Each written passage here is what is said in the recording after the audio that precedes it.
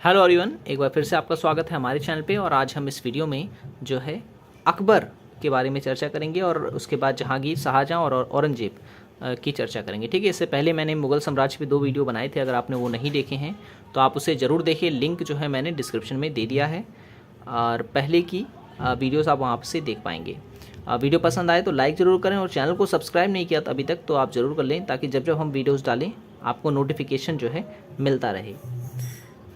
ठीक है, तो चलिए शुरू करते हैं अकबर के बारे में। देखिए, अकबर का जो जन्म है वो अमरकोट के राजा वीर साल के महल में हुआ था। ठीक है, कब हुआ था? तो 15 अक्टूबर 1542 में। ठीक है, 15 अक्टूबर 1542 में। ठीक है, और बैरम खां जो थे, बैरम खां, अकबर ने बैरम खां को अपना वकील या कहें कि वज़ीर जो है नियुक्त किया हुआ था। बहुत कम आयु में ही जो है अकबर अपनी गद्दी पर बैठे थे। ठीक है ना, ये आपको याद रखना है। और उसे जो है खान ए खाना की उपाधि प्रदान की गई थी। ठीक है, खान ए खाना की उपाधि जो है प्रदान की गई थी। किसे? बैरम खां को।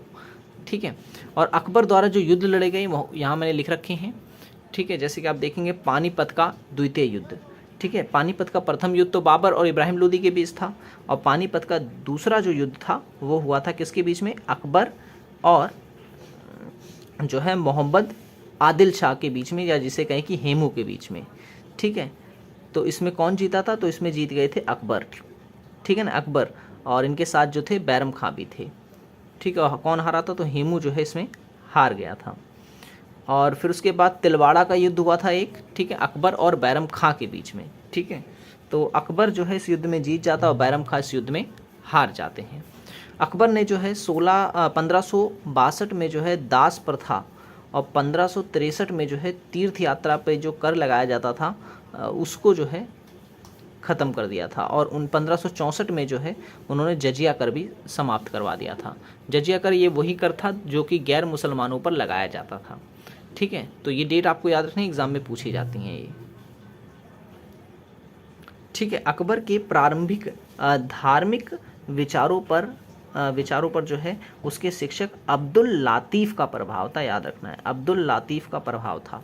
और अकबर ने ही जो है सुलह कुल की नीति अपनाई थी। ये क्वेश्चन पूछा जाता है, सुलह कुल की नीति किस मुग़ल शासक ने अपनाई थी? तो सुलह कुल की नीति अकबर ने अपनाई थी। ठीक है, और राजधानी फतेहपुर सीकरी में जो है इबादत खाने की स्थापना जो है 1575 में अकबर के द्वारा ही की गई थी। और अकबर ने दीन ए इलाही नामक धर्म भी चलाया था। ठीक है, दीन ए इलाही नामक धर्म भी चलाया था। चलिए, आपके लिए क्वेश्चन ये है कि दीन ए इलाही धर्म सबसे पहले किसने अपनाया था? ये आप मुझे कमेंट बॉक्स में इसका आंसर बताएंगे। ठीक है, और अकबर ने ही झरोखा दर्शन, ठीक है, झरोखा दर्शन और तुलादान, पायबोश जैसी जो है पारसी परंपराओं को आरंभ किया था। झरोका दर्शन क्या था? झरोका दर्शन होता था कि अकबर जो था वो रोज़ सुबह जो है अपने झरोके पे आता था, मतलब कि अपने जो महल का जो छज्जा होता था वो उस तरफ आता था और पूर्व की तरफ मुँह करके जो है अपने जो प्रजा होती थी उसका दीदार किया करता था। ठीक है, तो आपको बस इतना याद रखना है कि झरोका प्रथा जो है किसने शुरू की थी? तो अकबर ने। ठीक है, पायबोश और तुला दान जो है वो उसने शुरू की थी। और ये कौन सी परंपरा? ये पारसी परंपरा थी। ठीक है, और फतेहपुर सीकरी का जो है खाका बहाउद्दीन ने तैयार किया था। ठीक है, बहाउद्दीन ने तैयार किया था। और अकबर के दरबार में जो है ईसाइयों का एक जेसुइट मिशन जो है वो भी आया था 3 बार।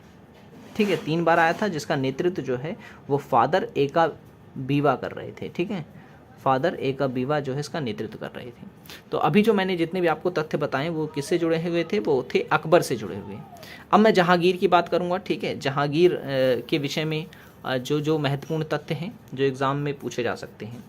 तो जहांगीर जो थे तो इन्हें सलीम भी कहा जाता था। ठीक है ना, तो सलीम का मुख्य जो शिक्षक थे उनका नाम था अब्दुल रहीम खान खाना। ठीक है, अब्दुल रहीम खान खाना इनके शिक्षक थे। ठीक है ना, जहांगीर को जो है सलीम भी कहा जाता है, याद रखना है आपको। इनका जन्म हुआ था 13 अगस्त 1569 में। कहाँ पर? तो फतेहपुर सीकरी में हुआ था। फतेहपुर सीकरी क्या है? ये राजधानी थी किसकी? अकबर की। और पत्नी का नाम था इनकी मानबाई।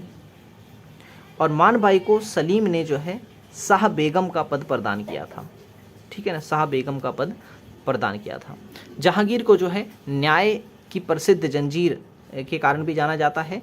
जहांगीर ने जो है गद्दी पर बैठते ही जो है आगरा के किले की शाहबुर्जी और यमुना के किनारे खड़े पत्थर के एक खंबे के बीच न्याय की जंजीर लगवाई थी। याद रखना, न्याय की जंजीर किसने लगवाई थी? तो जहांगीर ने लगवाई थी। ठीक है, जिसमें 60 घंटियां तथा 12 घोषणाएं प्रकाशित करवाई थी उसमें। ठीक है ना, और इसे ही क्या कहा जाता है? इसे ही आईन जहांगीर कहा जाता है। ठीक है ना, जो 12 घोषणाएं प्रकाशित करवाई थी उसे ही जो है आईन जहांगीर कहा जाता है। अब उसके बाद जो है जहांगीर ने 1602 ईस्वी में जो है अपने मित्र वीर सिंह बुंदेला द्वारा जो है अब्बू फजल की हत्या करवा दी थी। ठीक है ना, तो जहांगीर मैं बता दूं अब्बू फजल जो था, अब्बू फजल ने ही जो है अकबर से जुड़ी हुई पुस्तक अकबरनामा की रचना की थी, जिसका एक अंश था आईन अकबरी। ठीक है, तो जहांगीर चाहता था कि उसके लिए भी जो पुस्तक की रचना है वो अब्बू फजल करे, किंतु वो इनकार कर देता है और काफ़ी जो है मतभेद होता है जहांगीर और अब्बू फजल के बीच में। तो अंततः जहांगीर के कहने पर उनका जो मित्र होता है वीर सिंह बुंदेला, वो अब्बू फजल की हत्या करवा देता है। ठीक है, और जहांगीर ने संधि के फलस्वरूप जो है खुर्रम को शाहजहां की उपाधि दी थी तथा बीजापुर के शासक को जो है, जिसका नाम था फरजंद की उपाधि प्रदान की थी। फरजंद की उपाधि प्रदान की थी किसको? बीजापुर के शासक को। ठीक है, और खुर्रम को शाहजहां की उपाधि प्रदान की थी। दक्षिण भारत में जो है लूट मार की लड़ाई को जो है वर्गीगिरी कहा जाता था। ठीक है ना, और जहांगीर ने पहली बार जो है रक्षाबंधन का त्यौहार मनाना शुरू किया था। ठीक है, और जहांगीर के शासनकाल में जो है हॉकिंस और सर टॉमस रो आए थे। ठीक है ना, ये ईस्ट इंडिया कंपनी की स्वीकृति के लिए आए थे। ठीक है ना, और नूरजहां और जहांगीर का विवाह जो है वो 1611 ईस्वी में हुआ था, और नूरजहां की माँ जो थी, जिनका नाम था अस्मत बेगम, ने जो है इत्र बनाने की विधि का आविष्कार किया था। ठीक है, आविष्कार किया था। अब बात करते हैं शाहजहां के बारे में। तो शाहजहां जो थे, इनका जन्म जो है 1592 में हुआ था।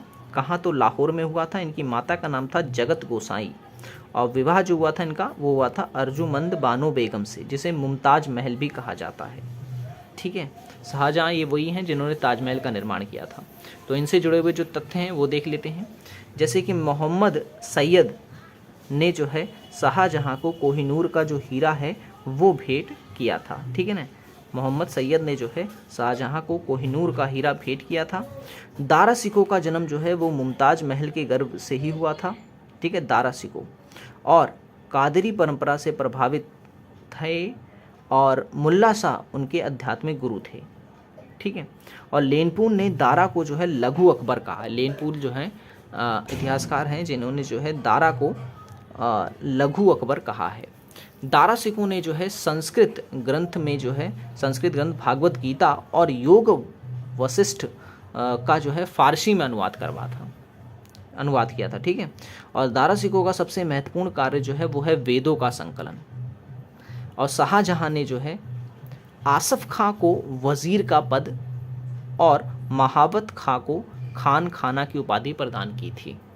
ठीक है, और ताजमहल का निर्माण जो है वो करने वाले जो थे उनका नाम था उस्ताद अहमद लाहौरी।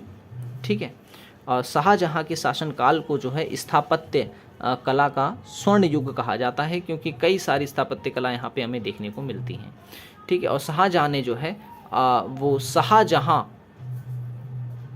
शाहजहानाबाद की जो है नींव डाली थी। ठीक है, और शाहजहां के दरबार में प्रमुख चित्रकार मोहम्मद फ़कीर एवं मीर हासिम जो थे रहते थे।